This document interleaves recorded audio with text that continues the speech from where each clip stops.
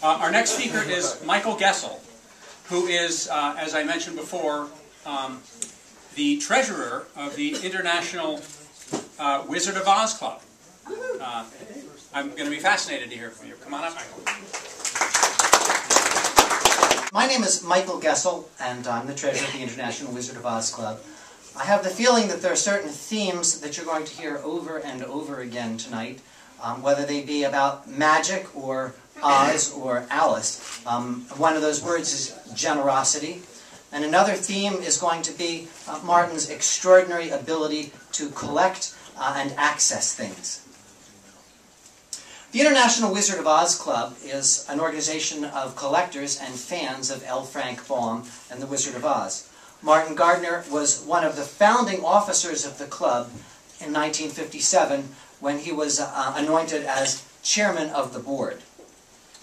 As a child, Martin's favorite books were the Oz series and other fantasies by L. Frank Baum.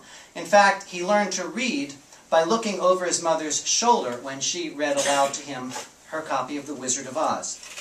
Though he's perhaps better known in the general public for his annotated Alice than his Oz interest, as a child he was frightened by the Alice books, and his interest in Lewis Carroll didn't grow until he was in his 20s.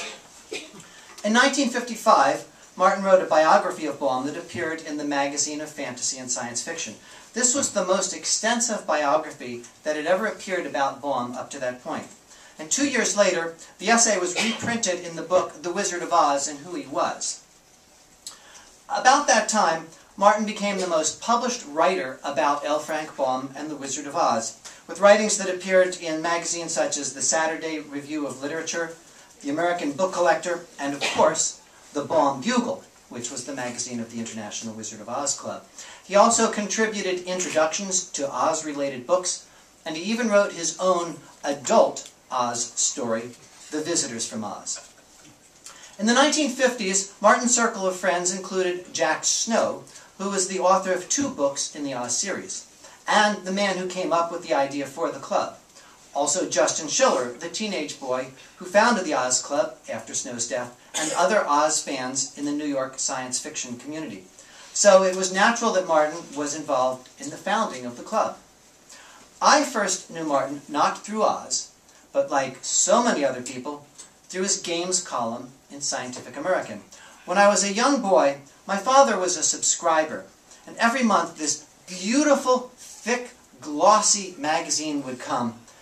And I would try to read it, but I found it completely imponderable, except for Martin's column.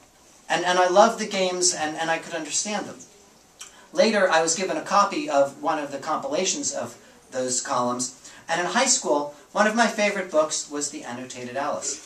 When I joined the Oz Club in 1971 and discovered that Martin was one of the founders, I was very impressed. This wasn't just some fly-by-night fan club. Martin Gardner was a member, and he even went to the convention sometimes, and maybe I could meet him.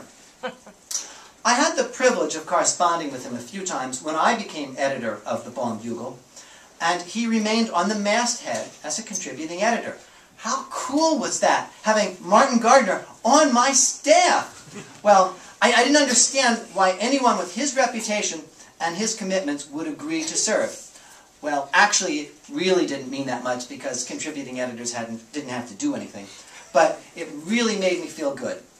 And he remained a contributing editor of the magazine through 1995. I had the most contact with Martin when I was researching Jack Snow. Like with everything Ozzy that Martin was involved with, this wasn't just a casual friendship that he had. Martin handled Snow's estate, and he even wrote his obituary that appeared in the New York Times. Martin had amazing records from that period. In a phone conversation with me, he would say, "Let me look that up."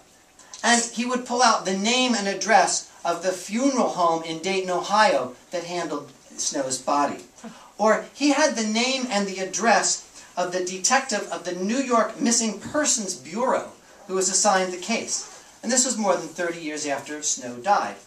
I didn't know whether to be more impressed that he kept those records to begin with, that he saved them for all these years, that he could find them so quickly, or that he took the time and had the generosity to talk to me about it.